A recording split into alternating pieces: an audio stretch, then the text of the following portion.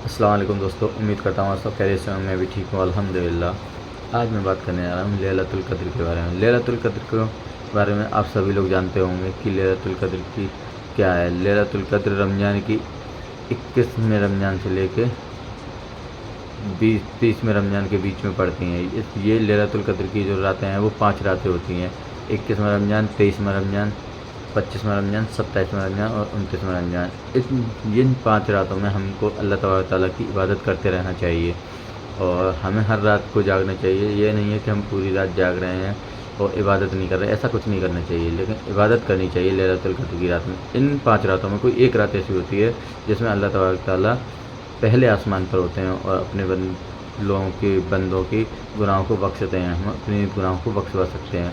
लेकिन तब क्या होता है जब लैलतुल क़द्र की रात में हम कोई अजीब गुनाह कर दें या ऐसा कोई गुनाह करें जिससे हमें अल्लाह का अजाब हासिल हो, जिससे हमारे ऊपर अल्लाह का अजाब आ जाए। हमें ऐसा कुछ नहीं करना चाहिए। लेकिन ऐसा ही एक वाक़या है, एक लड़की है जिसने लैलतुल क़द्र की रात में बहुत ही बड़ा गुनाह किया था और उसको अल्लाह तबारक ताला ने कितने दर्दनाक अजाब से गुजारा था। इस चीज़ को जानने के लिए और इस कहानी को पूरा जानने के लिए हम इस वीडियो को देखते हैं लास्ट तक। दोस्तों, इस वीडियो को लास्ट तक देखिएगा क्योंकि ये वीडियो इतनी अच्छी वीडियो है ताकि हमें भी इन सभी चीज़ों को या हमें भी अल्लाह तबारक ताला से डरते रहना चाहिए। और हम इस वीडियो को देखते हैं लास्ट तक, आपको समझ में आ जाएगा कि मैं क्या कहना चाह रहा हूँ। इस वीडियो को देखिए लास्ट तक। अगर वीडियो पसंद आए तो लाइक कीजिए, कमेंट कीजिए, शेयर कीजिए और मेरे चैनल को सब्सक्राइब कीजिए। चलिए दोस्तों, इस वीडियो को देखते हैं। रात का पहला पहर था, लेकिन कब्रिस्तान में एक अजीब सा सुकूत तारी था। कहीं दूर उल्लू की आवाज माहौल को और भी परासरार बना रही थी। राशिद अपने वालिद की कब्र पर फातिहा पढ़ने आया था। वह अक्सर यहाँ आता, मगर आज की रात कुछ मुख्तलिफ लग रही थी। 27वीं शब थी। वह बोझिल दिल के साथ दुआ में मसरूफ था, मगर जैसे ही उसने सूरह फातिहा मुकम्मल की, उसे एक अजीब सी सरसराहट सुनाई दी। ऐसा लगा जैसे कोई चीज मिट्टी खोद रही हो। टक टक की आवाज सुनकर राशिद चौंक कर इधर उधर देखने लगा। कब्रिस्तान वीरान था, लेकिन वह आवाजें बदस्तूर आ रही थीं। अचानक उसकी नजर करीब ही एक कब्र पर पड़ी, जिसकी मिट्टी गैर मामूली तौर पर हिली हुई लग रही थी। वह दबे कदमों आगे बढ़ा और जो मंजर उसने देखा वह उसकी रूह तक हिला देने के लिए काफी था, क्योंकि बिज्जू कब्र खोद रहा था। वह छोटे कद का मगर खौफनाक जानवर था जो दीवानावार अपने पंजों से कब्र की मिट्टी खोद रहा था। कभी वह अंदर जाता, कभी बाहर निकलता, मगर सबसे ज्यादा खौफनाक मंजर वह था जब बिज्जू अचानक कब्र के अंदर घुस गया और चंद लम्हों बाद वापस निकला और उसके साथ एक सफेद कपड़ा भी बाहर आया। राशिद का दिल जोर जोर से धड़कने लगा। यह सिर्फ कोई कपड़ा नहीं था, यह कफन था। बिज्जू ने उसे अपने दांतों में दबोच रखा था, जैसे कोई वहशी दरिंदा शिकार पर झपट पड़ा हो। लेकिन सबसे ज्यादा खौफनाक बात यह थी कि जैसे ही बिज्जू ने कफन को खींचा, कब्र के अंदर से एक भयानक चीख बुलंद हुई। राशिद का पूरा बदन कांपने लगा।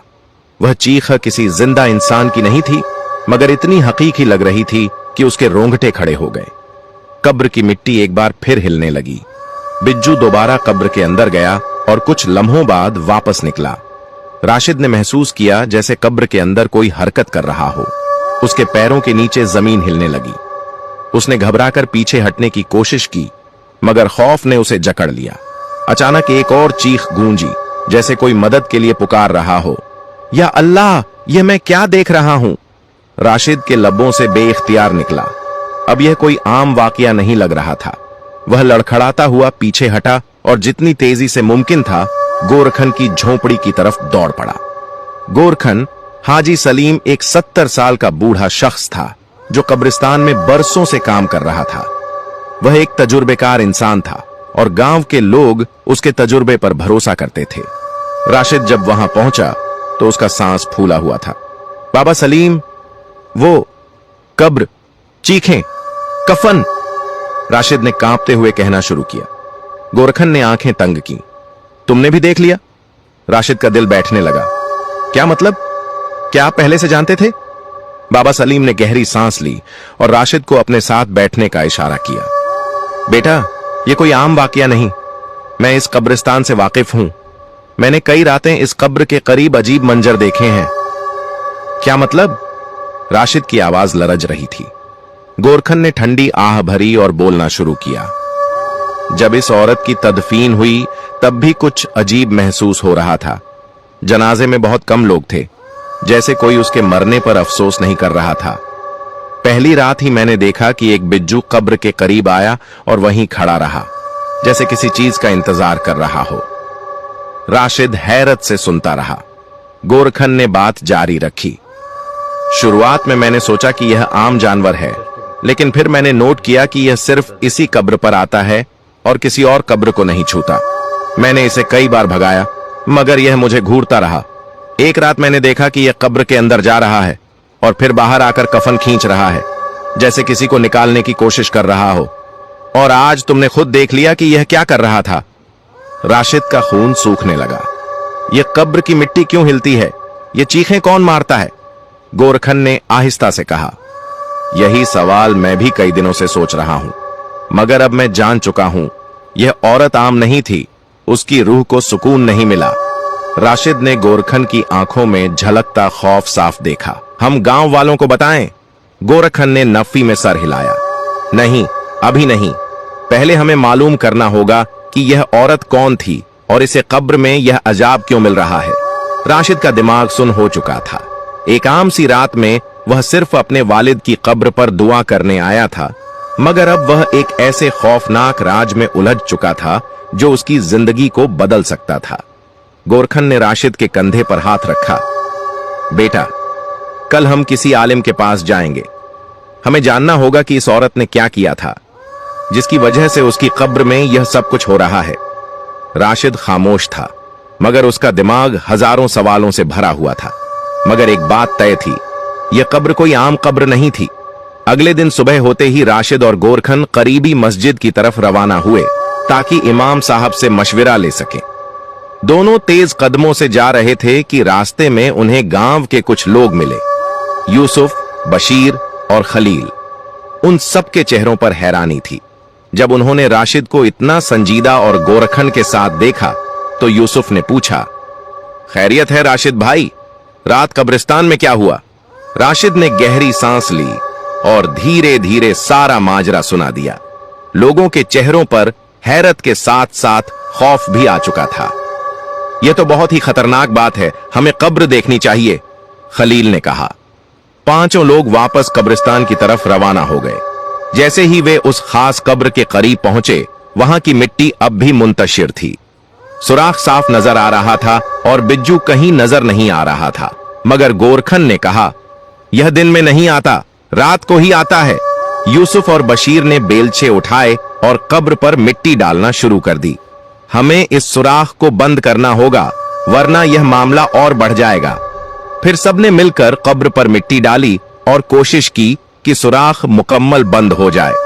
राशिद एक तरफ खड़ा मुसलसल दुआएं मांग रहा था। अल्लाह करे यह सब अब खत्म हो जाए, बशीर ने कहा।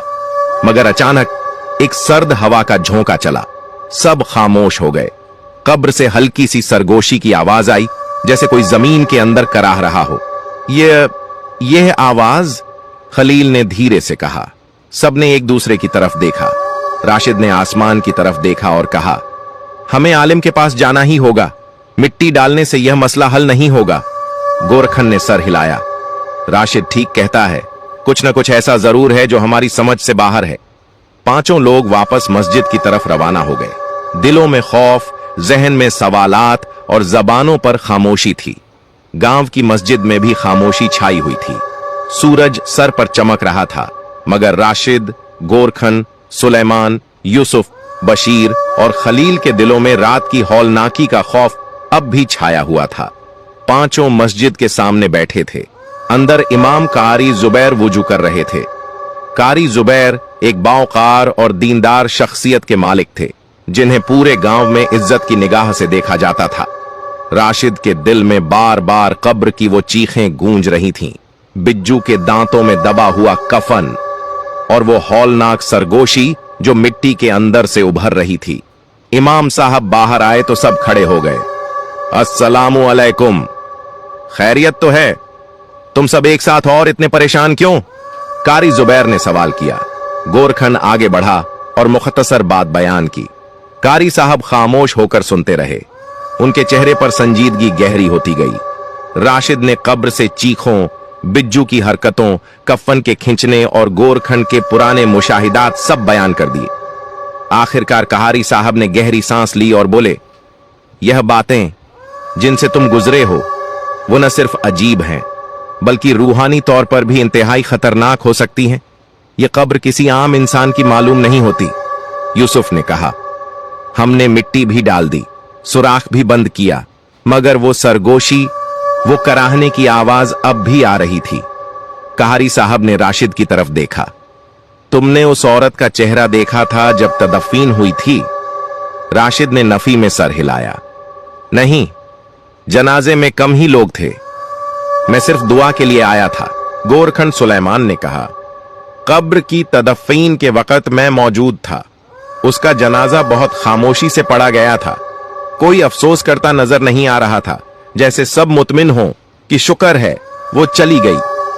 कारी जुबैर ने सर झुका लिया, फिर आहिस्ता से कहा, हमें जानना होगा कि यह औरत कौन थी। अगर उसकी रूह को सुकून नहीं, अगर अल्लाह का अजाब कब्र में जाहिर हो रहा है, तो यह हमारी आंखें खोलने के लिए है। हमें उसके मां बाप या खानदान का पता लगाना होगा। बशीर ने कहा, मुझे याद है 1 साल पहले गांव के बाहर एक औरत बीमार हुई थी। उसका शौहर मर चुका था और उसके साथ एक जवान बेटी रहती थी। वह औरत काफी दिन बीमार रही और फिर फौत हो गई। शायद यह वही लड़की होगी। राशिद ने फौरन कहा, चलें उसके घर चलते हैं, शायद हमें कुछ पता चल जाए। गांव के पुराने रास्ते पर वो सब पैदल चलते हुए उस बोसीदा से मकान तक पहुंचे जो दरख्तों के साए में छुपा हुआ था। दरवाजा पुरानी लकड़ी का था, आधा खुला हुआ। एक बूढ़ी औरत चारपाई पर बैठी थी, आंखों में आंसू, हाथों में तस्बीह, जैसे वो किसी आने वाले दिन का इंतजार कर रही हो। गोरखन ने आहिस्ता से कहा, अस्सलामु अलैकुम अम्मा।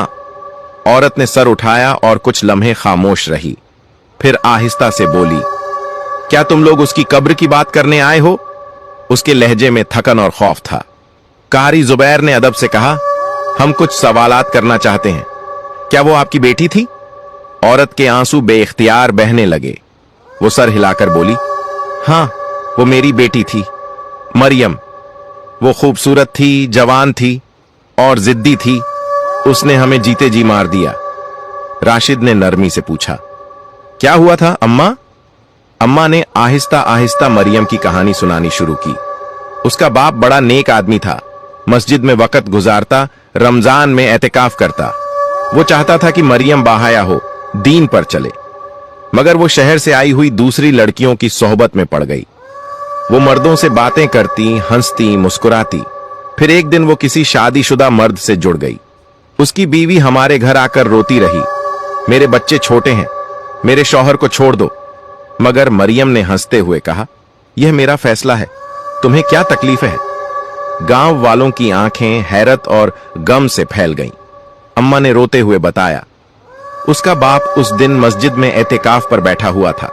वो रात 27वीं शब थी और उस रात मरियम उस मर्द के साथ थी। वो गुनाह के अंधेरों में थी जब फरिश्ते रहमत के लिए जमीन पर उतर रहे थे। लोग उस रात कुरान पढ़ रहे थे, तौबा मांग रहे थे, बख्शिश के लिए रो रहे थे, और मेरी बेटी उस मर्द के साथ जिना में मशगूल थी। मगर सिर्फ यही नहीं, उस मर्द की बीवी और 2 बच्चे भी उसी कमरे में मौजूद थे। वो औरत जमीन पर गिरी रो रही थी, हाथ जोड़ रही थी, मेरा घर बर्बाद न करो, मेरे बच्चों पर रहम करो। मगर मरियम ने कुछ न सुना, बल्कि वो उस औरत को दिखा दिखाकर उसके शौहर के साथ बदकारी करती रही। जब उस औरत ने चीख कर अपने शौहर को रोका तो उसने उसके सीने पर लात मारी। वो जमीन पर गिर गई, बच्चे रोने लगे और मेरी बेटी ने सारी रात गंदगी में गुजार दी, जैसे वो सब कुछ जानबूझकर कर रही हो, एक औरत का दिल चीरने के लिए। कारी जुबैर की आंखें नम हो गईं। वो रात लैलतुल कद्र थी और उस रात को उसने गुनाह को अपना फख्र बना लिया। अम्मा ने सर झुका लिया और बोली, जब मेरी बेटी वापस आई तो आते ही पता नहीं उसे क्या हुआ। वो बीमार हो गई, बिस्तर पर तड़पती रही, जुबान से कुछ कहने के काबिल न रही। इतना कहकर बूढ़ी अम्मा रोने लगी, आगे कुछ न बता पाई। हाजी जुबैर सबको लेकर वहां से उठ गया। वो कहने लगा, जरूर इस मरियम पर बद्दुआओं का असर है, हमें उसके बारे में और कुछ भी जानना होगा। यकीनन माएं ज्यादा सख्तियों वाले कामों पर पर्दा डाल देती हैं, बच्चे जो ठहरे। सबकी नजरें कारी साहब पर मरकूज हो गईं। कारी जुबैर ने सबको मस्जिद के अंदर बिठाया। माहौल में संजीदगी और खौफ का इम्तिजाज था।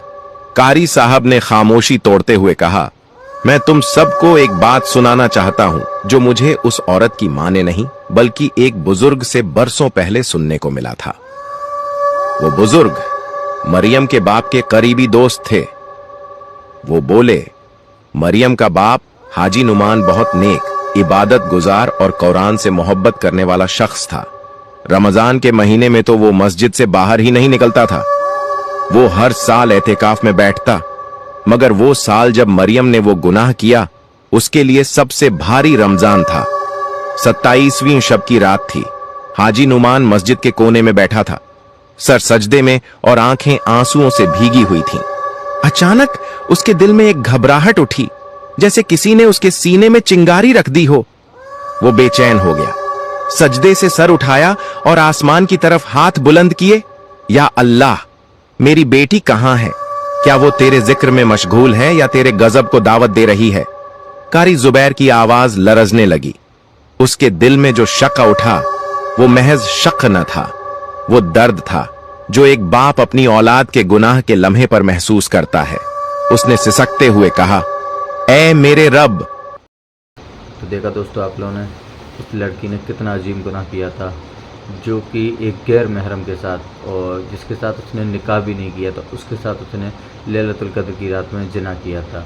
जिसके माँ बाप इतने अच्छे हों और जिसका बाप लैलतुल कद्र की रात में मस्जिद में एतकाफ पर बैठा हो, वो बेटी इतना बड़ा गुनाह कर रही थी। और उसकी जिसने उस लड़की ने जिस मर्द को फंसा रखा था, उसकी बच्चों के सामने ही उसने ये सारे काम किए, जिना वगैरह किए। और वो इतना मशगूल हो चुकी थी, इतना घमंड था उसको अपने ऊपर कि उसे अल्लाह का रत्ती भर डर नहीं था, उसको अल्लाह का रत्ती भर खौफ नहीं था। लेकिन जब अल्लाह ताला ने उसके ऊपर अजाब डाला है ना, तो ये तो अल्लाह की रहमत है। अल्लाह ही जानता है कि वो अपने बंदों को किस तरीके से क्या कर देता है, किसको माफ़ करता है। लेकिन ऐसे गुनाह कभी माफ़ नहीं किए जा सकते, ना ही इस दुनिया में और ना ही अल्लाह ताला के पास। दोस्तों, वीडियो को पसंद आई हो तो आप वीडियो को कमेंट करें, लाइक करें, शेयर करें और मेरे चैनल को सब्सक्राइब करना ना भूलें, ताकि मैं और भी ऐसी वीडियो आपके लिए लेकर आ सकूँ। अस्सलाम वालेकुम।